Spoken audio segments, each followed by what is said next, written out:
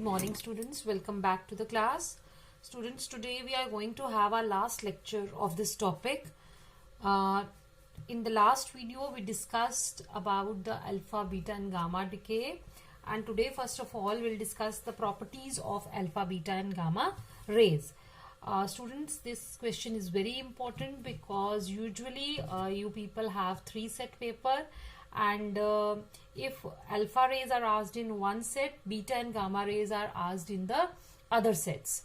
So this is very important question as far as your examination part is concerned. So we will discuss this. I have written all the 3 alpha, beta and gamma rays.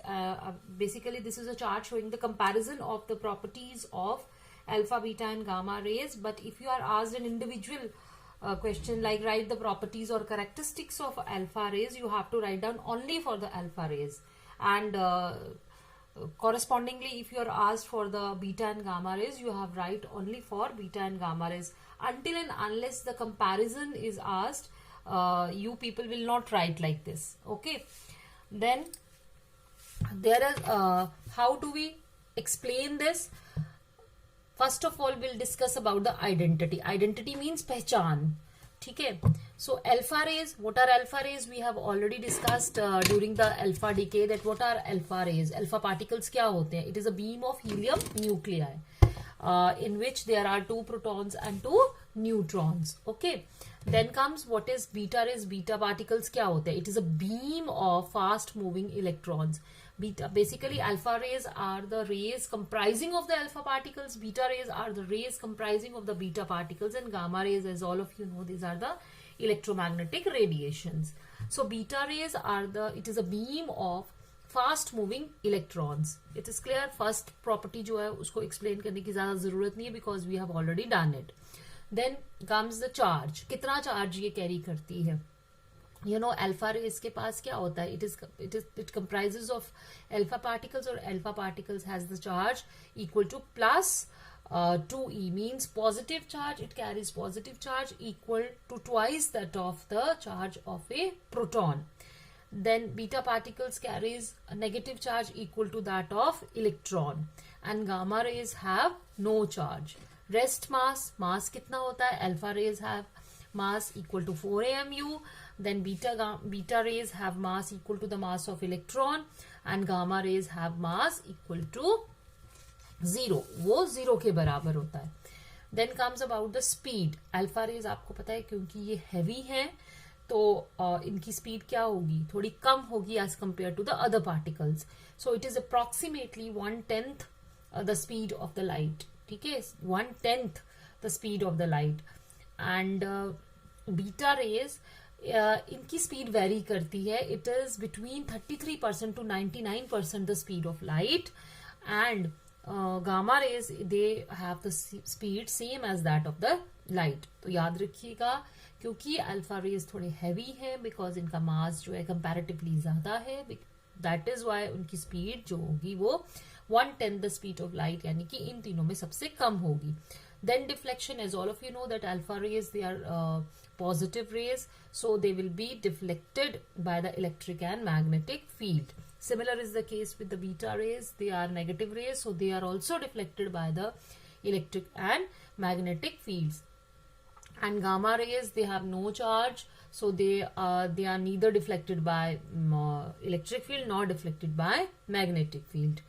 Then comes the penetration range. Okay. जितनी speed ज्यादा होती है उतनी penetration भी ज्यादा. Penetration means कि कितना वो अंदर किसी ऑब्जेक्ट के पेनिट्रेट करती है. तो more the speed more the penetration. As you know that gamma rays की जो स्पीड है वो तीनों में सबसे कम है, इसीलिए इसकी पेनिट्रेशन पावर जो है वो सबसे कम होगी इन तीनों में. तो पेनिट्रेशन इसकी कम है, स्मॉल है. बहुत पतली sheet of paper can stop these rays, और अगर हम सेंटीमीटर्स में बात करें तो it is a very few centimeter in air. Then comes for the beta rays, penetration is large as compare to the alpha rays. Several millimeter in plastic. वो अगर सिर्फ शीट ऑफ पेपर की sheet से stop हो जाते हैं alpha raise, तो जो आपके ये बीटा रेज हैं, they can be stopped by several millimetres in plastic से वो प्लास्टिक में पेनिट्रेट करते हैं, कुछ मिलीमीटर तक वो अंदर उसमें घुस जाती हैं. एंड एयर में अगर उसमें फ्यू सेंटीमीटर्स है तो इसमें सेवरल मीटर्स है. और as all of you know that gamma rays they are highly energetic, बहुत स्पीड होती है उनकी. So they have the large penetrating power, very large penetrating power, and it can penetrate through several centimeter in lead जो बहुत hard element है उसमें भी ये पेनिट्रेट कर जाते हैं. Then fluorescence, alpha rays, beta rays as well as gamma rays, both of these rays cause fluorescence. fluorescence मतलब कि ये फोटोग्राफिक प्लेट जैसे जिंक सल्फाइड की या बेरियम प्लेटिनोसाइनाइड की जो कोटेड प्लेट्स होती हैं उन पे ये एक स्किंटिलेटिंग स्पॉट जो है, जब ये रेज उसके ऊपर पड़ती हैं तो स्किंटिलेटिंग स्पॉट ये वहां पे प्रोड्यूस करती हैं. उसके बाद आया इफेक्ट ऑन फोटोग्राफिक प्लेट. ये हो गए हमारे ये जो फ्लोरेसेंस है, these are basically the photo electric material के साथ जब हम इसको वो करते हैं, कोट करते हैं, तो वहां पर ये एक स्पॉट बनाती हैं. Then effect on photographic plate. Photographic plate का मतलब है कि वहां पर ये फोटोग्राफिक प्लेट को इफेक्ट करती हैं. तो दैट इज कि अल्फा रेज ये सबसे ज्यादा इफेक्ट करती है. देन बीटा रेज दे मॉडरेटली इफेक्ट, और जो गामा रेज हैं वो सबसे कम इफेक्ट करते हैं फोटोग्राफिक प्लेट को. याद रहेगा कि इफेक्ट ऑन फोटोग्राफिक प्लेट सबसे ज्यादा किसका है, अल्फा रेज का, और सबसे कम किसका है, गामा रेज का. Then comes the ionizing power. Ionizing power depends upon the mass and charge also. So ionizing power is सबसे ज्यादा किसकी है, क्योंकि सबसे ज्यादा मास किसका है, अल्फा रेज का, इसीलिए सबसे ज्यादा आयोनाइजिंग पावर किसके पास होगी, अल्फा रेज के पास. उससे कम होगी बीटा रेज के पास, और सबसे कम होगी गामा रेज के पास. बच्चे जनरली कंफ्यूज हो जाते हैं between the penetrating power and ionising power. उनको समझ में नहीं आता कि पेनिट्रेटिंग पावर किसकी ज्यादा है और आयोनाइजिंग पावर किसकी ज्यादा है.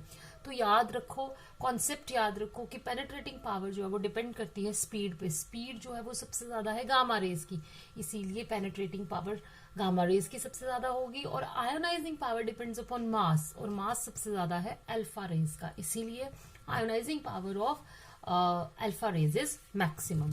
ठीक है, ये हो गई आपकी alpha beta and gamma rays की प्रॉपर्टीज. इसको आपने लर्न करना है अच्छे से. ये मैंने आपके लिए ये चार्ट बनाया है, आप इसको लर्न करिए. और ये क्वेश्चन आपका 3 मार्क्स का जनरली एग्जाम में पूछा जाता है. गिव 4 और 5 कैरेक्टरिस्टिक्स ऑफ अल्फा बीटा और गामा रेज इंडिविजुअली, या अल्फा का पूछेंगे या बीटा का या गामा का. Now comes the mathematical part, और वो है अब जो हम पोर्शन इसके आगे करने वाले हैं, दैट इज ऑल मैथमेटिकल. ठीक है, अब जो और ये पोर्शन आई थिंक आप लोगों ने ये सब चीजें जो हैं ये आपने केमिस्ट्री में भी की हैं. Laws of radioactive decay, उसके बाद half life period, relation between the half life period and decay constant, ये सब आप ऑलरेडी पढ़ चुके हैं. तो अब हमारे पास आएगा,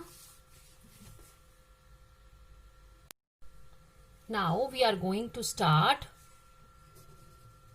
laws of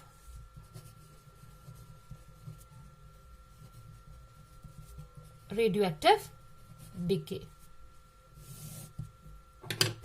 First law is radioactivity is a spontaneous process. That is, one cannot predict when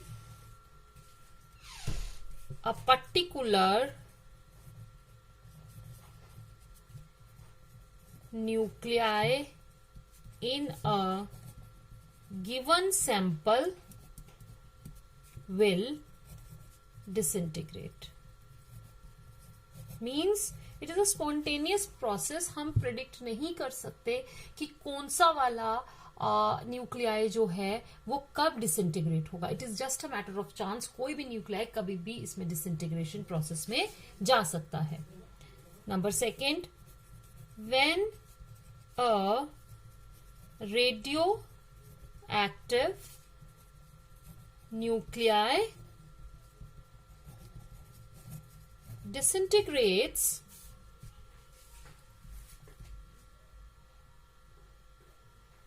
an alpha or beta particle is emitted, followed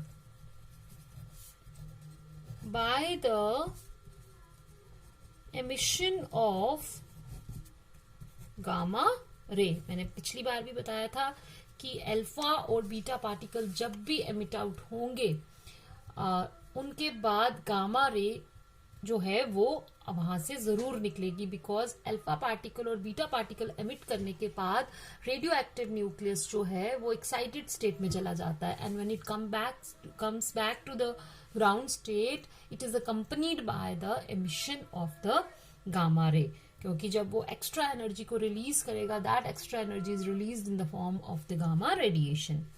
third law is the rate of disintegration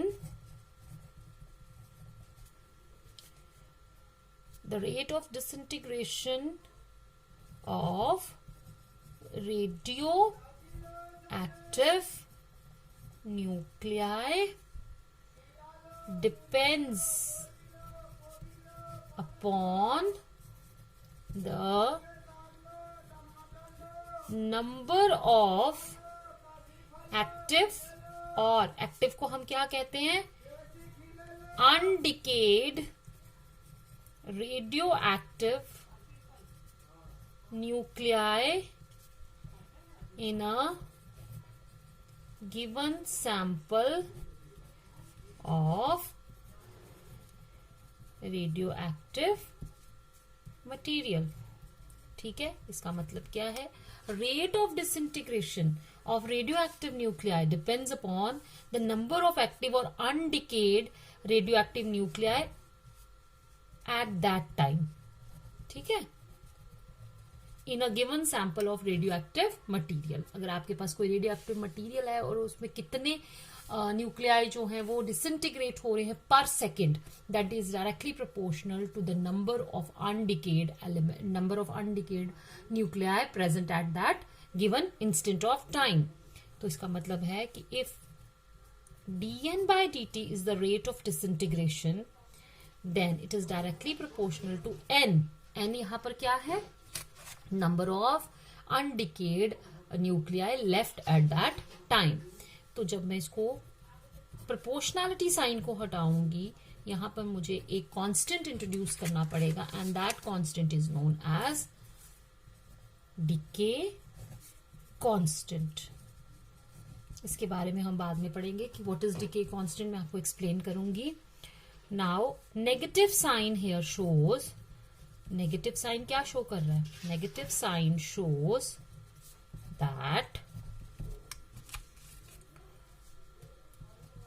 rate of disintegration decreases with time। ठीक है, ये जो dN/dt है वो time के साथ क्या हो रहा है, डिक्रीज हो रहा है। नाउ मैं इसको लिख सकती हूं dN/n is equal to minus n lambda dt। Now integrating both sides we get, क्या मिलेगा हमें, dN/n is equal to minus lambda dt। We will integrate it with in limits. इसकी लिमिट क्या होगी, यहां पर हमारे पास, क्योंकि जब हमने टाइम t इक्वल टू 0 है तो हमारे जो एलिमेंट्स डिसइंटीग्रेट हुए थे मतलब वो 0 थे, वहां पे कोई डिसइंटीग्रेट, ओरिजिनली कितने प्रेजेंट थे, n0, और आफ्टर टाइम t कितने प्रेजेंट हैं, n, और 0 से t यहां पर, n0 से n यहां पर, means when time t is equal to 0 आपके पास न्यूक्लियाई कितने हैं, equal to n0, and when time is t nuclei कितने हैं, n। ठीक है, तो ये हम यहां पर इसकी लिमिट्स लगा देंगे। और आपको पता है 1/n की इंटीग्रेशन क्या है, log to the base n, यहां पर log to the base e n 0 से n is equal to minus lambda, ये आ गया t 0 से t। अब हम इसमें ये सब्स्टिट्यूट करेंगे लिमिट्स, तो आपके पास इसमें अपर लिमिट आ जाएगी n और लोअर लिमिट आ जाएगी n0, और यहां पर आ जाएगी आपकी t minus 0 is equal to minus lambda t। अब मैं इसको लिख सकती हूं n by n0 is equal to minus lambda t। ठीक है, यहां तक क्लियर हुआ। अब देखो, अब हम क्या करेंगे, टेकिंग एंटी लॉग, जब हम एंटी लॉग लेते हैं तो ये लॉग जो है वो कैंसिल हो जाता है और यहाँ e की पावर आ जाती है। ठीक है, तो आपके पास आ जाएगा n, यहां मैं लिखूंगी टेकिंग एंटी लॉग, ये याद रखिएगा अब n बाय n0, क्योंकि जब हम एंटी लॉग लेंगे लॉग कैंसिल, यहां पर एंटी लॉग की जगह e रेज टू पावर क्या आ जाएगा, minus lambda t। Therefore n is equal to n0 e minus lambda t। ये हमारे पास एक रिलेशन निकलेगा बिटवीन द डिकेड एंड जो आपके पास, और बिटवीन द अनडिकेड एलिमेंट्स लेफ्ट, और ये क्या आया हमारा, ओरिजिनली कितने जो आपके पास न्यूक्लियस थे वो प्रेजेंट थे। It is the relation between the undecayed nuclei and the originally present nuclei. ठीक है, तो ये रिलेशन बहुत ही इंपॉर्टेंट है, इसी से हम आगे करेंगे।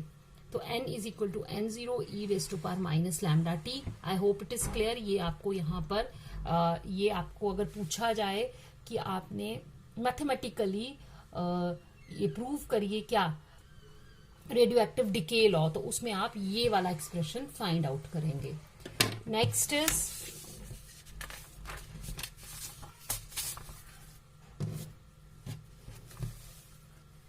now we will do rate of disintegration. Rate of disintegration। ठीक है, यहीं से इसी एक्सप्रेशन को हम आगे कैरी फॉरवर्ड करेंगे। तो आपके पास आया आपने अभी पढ़ा what is rate of disintegration, that is dn by dt and it is equal to minus lambda n। ठीक है, it employs dn by dt which is called the disintegration per second or the rate of disintegration is equal to minus lambda n की जगह अब हम expression use करेंगे n की जगह n naught e raise to power minus lambda t, जो अभी हमने फाइंड आउट किया है। तो मैं यहाँ पे लिखूंगी n naught e lambda t। ठीक है, तो इसको हम लिखेंगे r, it is equal to ये जो माइनस लैम्डा n0 आया, इसको मैं लिख सकती हूं r0, और ये हमारी रेट ऑफ इंटीग्रेशन का एक्सप्रेशन आ जाएगा। ठीक है, ये न्यूमेरिकल्स में काम आता है अगर आपने कॉम्पिटिटिव एग्जाम्स की तैयारी करनी है, या सीबीएसई में जेएनके बोर्ड में भी पूछ सकते हैं। तो कि रेट ऑफ डिसइंटीग्रेशन आपने निकालना है, r is equal to minus r0 e raise to power minus lambda t। and what are the units of rate of disintegration?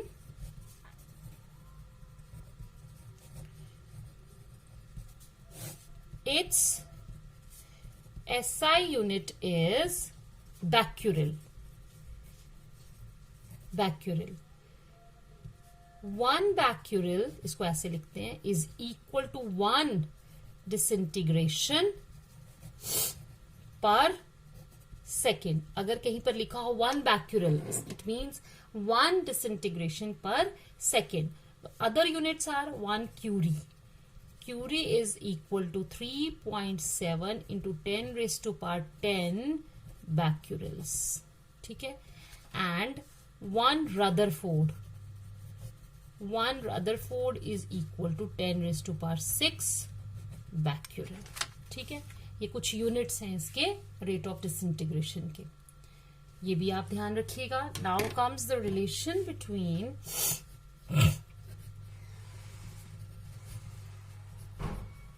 half life period and decay constant. ये भी exam में पूछा जाता है. Find the half life of the radioactive nuclei. So what is half life? First of all, we will discuss what is half life.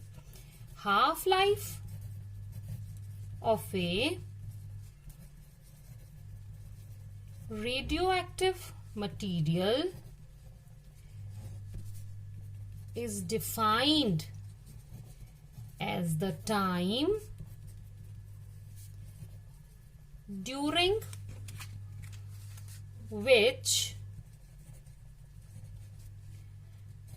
half of the originally present nuclei disintegrates. कितने nuclei डिसइंटीग्रेट्स होते हैं? जितने originally present है उसका half. ठीक है, तो कितने बच जाते हैं? हाफ. ठीक है. हेयर टी जो हमारा टाइम है इसको मैं लिखूंगी टी 1/2 हाफ लाइफ. एंड जो आपके अनडिकेड एलिमेंट्स बच जाएंगे that will be equal to half of the originally present. अगर ओरिजिनली N0 थे और N जो थे वो अनडिकेड है तो कितने रह जाएंगे? N0/2. तो हम यहां पर अब सब्स्टिट्यूट करेंगे. We have a equation. We have, आपको पता है, N is equal to N0 e raise to power minus lambda T. Substituting क्या आएगा? N की जगह लिखेंगे हम N0/2. यहां आ जाएगा N0 E, और T की जगह हम क्या लिखेंगे अब? क्योंकि जब मैंने यहां N0/2 लगाया तो T इसका मतलब है कितना हो गया? Half life. यहां से हमारा T और ये N0 और N0 cancels out.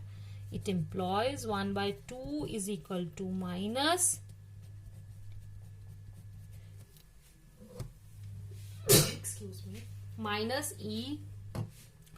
E minus lambda t 1/2. Taking log. अच्छा, पहले हम इसको ऐसे कर लेते हैं, रेसिप्रोकल कर लेते हैं. E is equal to 2 is equal to E raise to power lambda t 1/2. हमने इसकी -1 मतलब जो माइनस की पावर थी वो यहाँ रेसिप्रोकल में फिर पॉजिटिव हो जाएगी. नाउ टेकिंग लॉग ऑन, मैं समझ आया मैंने ये क्या किया है? इसको रेसिप्रोकल ले लिया इस इक्वेशन का. 1/2 का आ गया 2, तो राइट हैंड साइड का भी लेंगे हम. E raise to power minus lambda t 1/2 का रेसिप्रोकल हो गया. E raise to power lambda t 1/2 minus sign यहाँ पर कैंसिल आउट हो जाएगा. अब इसका हम लोग लॉग लेंगे तो वो आएगा log to the base E2, और यहां पे आएगा लॉग E. ठीक है, यहां पे ये आ गया मेरा लॉग. इसको मैं ये पावर को नीचे उतारूंगी और यहां आएगा log to the base E and log E to the base E is equal to 1. ये मेरा वैल्यू 1 के बराबर आ जाएगी. हम इसको आगे प्रोसीड करेंगे. मैं इसको पहले लिखूंगी. ये आ गया मेरा lambda t 1/2 and it is log. सबसे पहले मैं इसको नेचुरल लॉग में अगर चेंज करूंगी तो मुझे इसको कन्वर्ट करना पड़ेगा 2.303 वाले फैक्टर के साथ. तो आएगा 2.303 into log to the base 10 of 2, और वो होता है 0.3010. एंड अगर मैं इसको मल्टीप्लाई करूं तो ये आएगा 0.693. अब देखो, आप सोचोगे मैंने यहाँ पर क्या किया है. देखो बच्चे, जो आपके पास लॉग टेबल होता है उसमें टू द बेस 10 की वैल्यूज दी होती हैं. यहाँ हमारे पास नेचुरल लॉग ये जो दिया हुआ है दैट इज, देखो आप सोचोगे मैंने यहाँ पर क्या किया है. मैंने यहाँ पर इसको, ये जो आपकी ये वैल्यू है 2.303 कहाँ से आई? क्योंकि ये log to the base e है और मैंने इसको कन्वर्ट करना है log टू द बेस 10, क्योंकि मुझे पता है log to the base 10 of 2 की वैल्यू कितनी है 0.3010, क्योंकि यही हम लॉग टेबल में देखते हैं।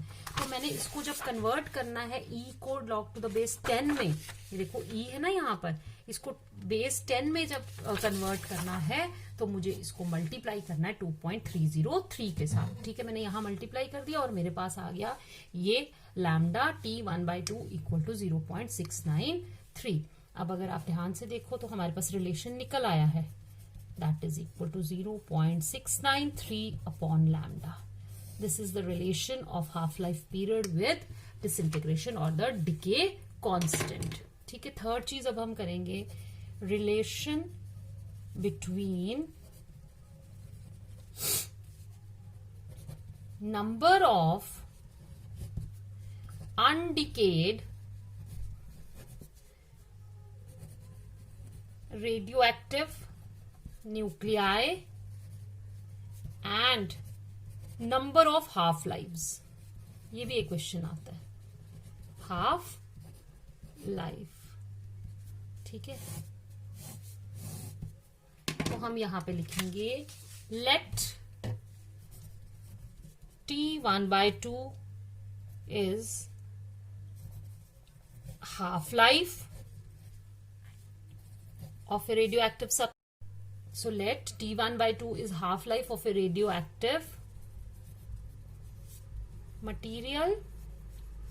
ठीक है, n be the total number of half life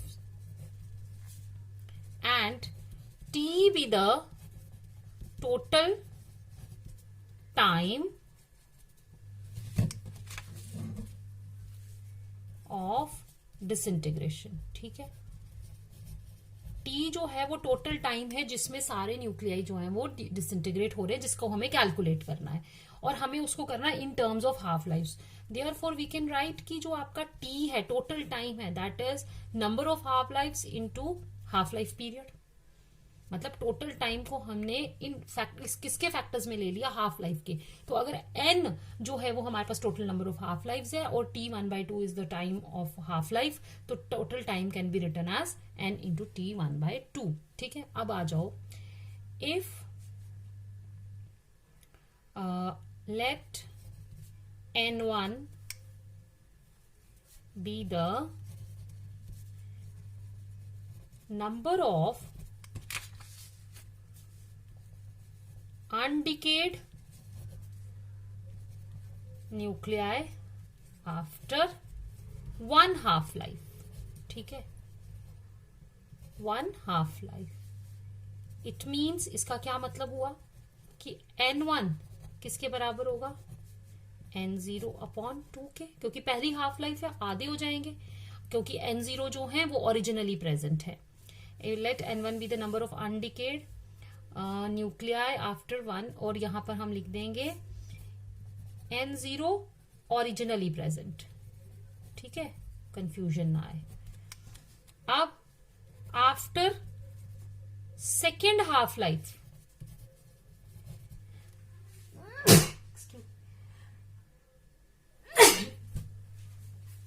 second half life n2 क्या होगा, n1/2 हो जाएगा, that will be n1 equal to n0/2 into 1/2।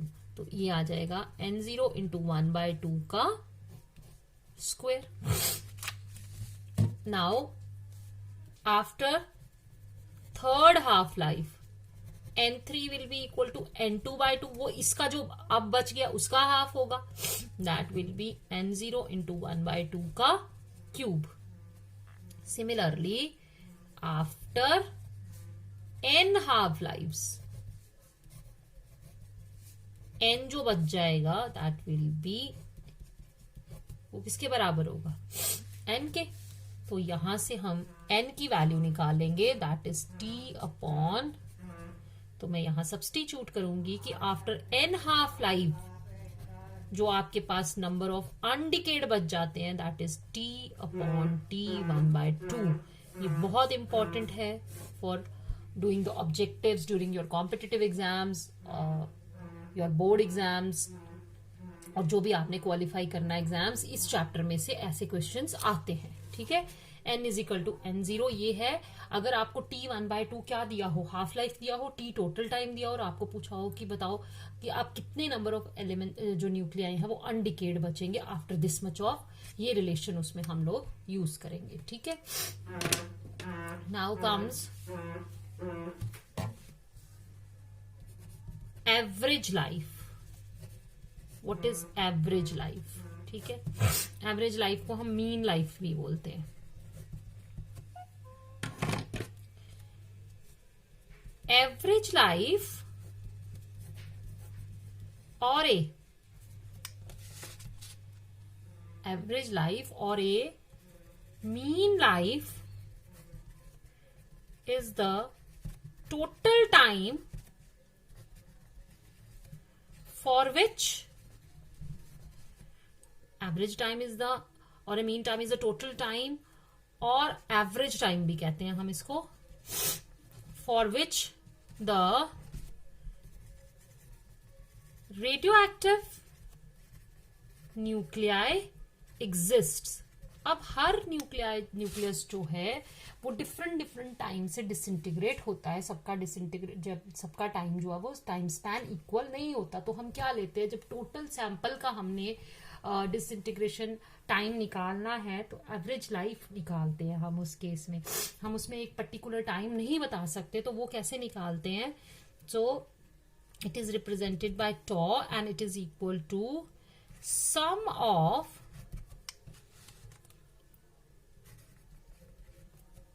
life of all nuclei upon total, ठीक है, number of nuclei।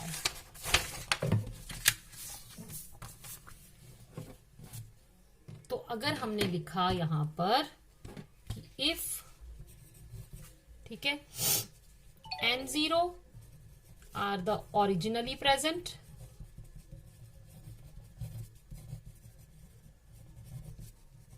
nuclei at t equal to 0 and n be the number of nuclei present at time t, ठीक है। तो total जो सारे के सारे जो न्यूक्लियाई हैं मीन्स उनको, जैसे ये n0 है जो total number of originally present हमारे पास न्यूक्लियाई है, इनको डिसइंटीग्रेट होने में इनफिनाइट टाइम लगता है। कितना लगता है? इनफिनाइट टाइम लगता है। तो लेट हम कहते हैं let dn be the number of nuclei disintegrating in time dt, ठीक है। तो dt टाइम जो है that is a very small time interval.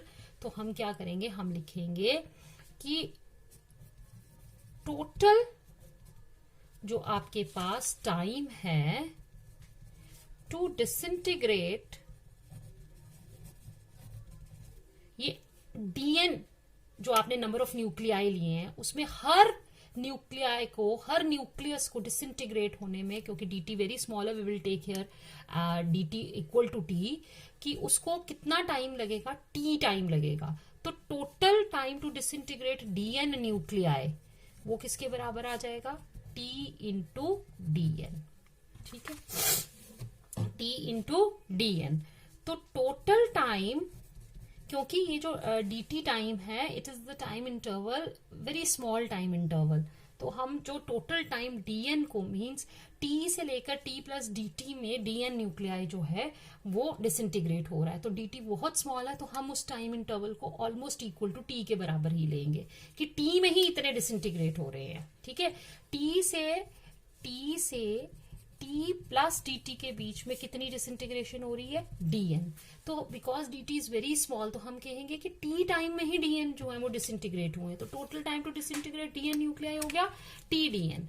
तो total time to disintegrate N0 nuclei, ठीक है, वो किसके बराबर होगा, डिसइंटीग्रेशन करेंगे हम और यहां से हम लेंगे N0 से लिमिट लेंगे N पर. नाउ वी विल कन्वर्ट, यहां पर हम dn की वैल्यू लगाएंगे और इसको कन्वर्ट कर देंगे. n is equal to all of you know minus, ठीक है, ये so we will differentiate it. n is equal to n0 e raised to power minus lambda d, dn by dt is equal to n0, यहां पर आ जाएगा minus lambda और e raised to power minus lambda t. इसका मतलब है dn हो गया minus lambda n0 e raised to power minus lambda t dt. ठीक है, यहां सब्सटीट्यूट करेंगे तो आपका जो टोटल टाइम यानी कि निकलेगा यहां पर, that will be t equal to, ये मैं लगाऊंगी यहां पर.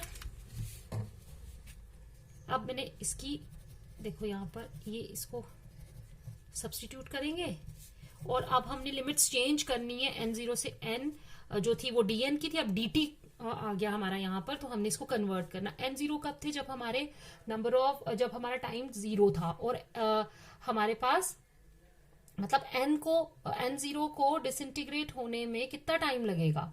n को डिसइंटीग्रेट होने में हमारे पास n0 जो टोटल नंबर ऑफ न्यूक्लियाई है उनको डिसइंटीग्रेट होने में इन्फिनिटी लगेगी. तो हम जब इसको टाइम में चेंज करेंगे तो हमारे पास आ जाएगा, that comes out here to be 0 to infinity and it is n to n0, क्योंकि यहां पर n है हमारे पास, मतलब n से टोटल नंबर ऑफ कितने हैं हमारे पास, तो लोअर लिमिट हमारी n आएगी और यहां पर n0 आएगी, n to n0. ठीक है, ये n0 यहां पर, ठीक है, हो गया. अब हम एवरेज टाइम हमारा जो है वो आएगा ये, ठीक है, और अपॉन क्या था वहां पर n0, ये एवरेज टाइम है. ये आ गया टोटल टाइम कितना डिसइंटीग्रेट होने में total nuclei upon total number of. इसको जब आप इंटीग्रेशन बाय पार्ट्स करोगे, मैं नहीं वो करूंगी, वो हमारे उसमें नहीं है, तो आपका जो एवरेज लाइफ टाइम निकलेगा दैट इज 1 अपॉन लैम्डा. ठीक है, so what is average life time, it is the reciprocal of the decay constant. और जब आप इसको इस इक्वेशन में सब्सटीट्यूट करोगे तो आपके पास आएगा, इसमें अगर हम टॉ सब्सटीट्यूट करें, ये कट गया, ठीक है, तो आपके पास आया n0 अपॉन e. तो एक और वे है एवरेज लाइफ को डिफाइन करने का कि average life of A radio active substance is the time during which the number of undecayed nuclei is 1 upon e times the originally present nuclei. अगर आपको एक नंबर की डेफिनेशन पूछी जाए तो आपने सिर्फ यही डेफिनेशन लिखनी है. अगर आपको जब तक एक्सप्रेशन नहीं पूछेंगे तब तक आपने ये वाली डेरिवेशन नहीं निकालनी है, सिर्फ यही डेफिनेशन पूछनी है. तो आपको पता है ई, यहां पर अगर हम वैल्यू निकालेंगे तो यहां पर एन को इसकी हम वैल्यू सब्सटीट्यूट करें तो परसेंटेज में ये निकलेगा आई थिंक 37 और 36.8% ऑफ n0. कितना बच जाता है, 36.8% ऑफ n0. ये चेक कर लीजिएगा 36.8 है या 37 है, इट इज ऑलमोस्ट दिस.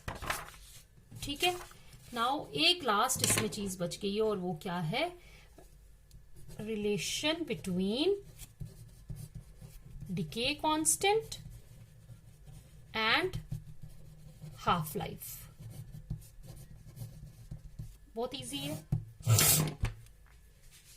वो अभी आपने किया था ना, relation between decay constant and half life. नहीं, decay constant and half life नहीं, सॉरी यहाँ पर आएगा एवरेज लाइफ। कौन सा? Average life. तो देखते हैं अब हम क्या आता है वो। एवरेज लाइफ का तो कर लिया हमने, डिके कांस्टेंट रिलेशन बिटवीन, अभी निकाला हमने क्या था वो relation between decay constant and average life. It is किसके बराबर आया? Tau is equal to 1/λ।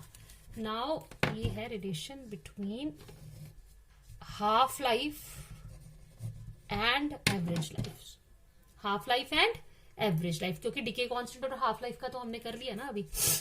अब देखो n is equal to n0 e⁻⁻λt, we all no.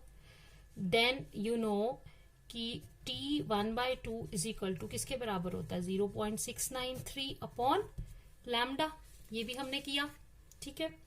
इसको मैं लिखूंगी 0.693 इंटू 1/λ।